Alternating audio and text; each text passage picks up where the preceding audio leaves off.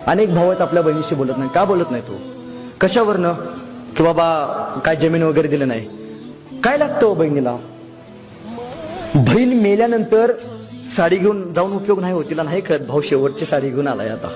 नाही कळत तिला. बहीण जिवंत आहे तोपर्यंत साडी घेऊन जावा. मेल्यानंतर 10 लाखाची साडी घेऊन गेला ना, नाही कळत भाऊ शेवटची साडी घेऊन आलाय. उलटून बघायचं आहे आता. जिवंतपणीच बहिणीला सांभाळायला शिका. अरे एका रक्ताचे आहोत रे आपण. आई वडिलांनी लहानपणापासून एका रक्ताने मोठे केले हो आपल्याला. निष्ठेची बाई आपण बहिणीला नाम करतो. शिवाजी महाराजांनी बहिणीला मोठं केलं.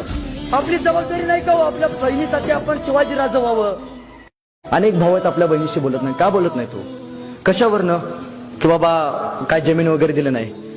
काय लागतं बहिणीला? बहीण मेल्यानंतर साडी घेऊन जाऊन उपयोग नाही होत. तिला नाही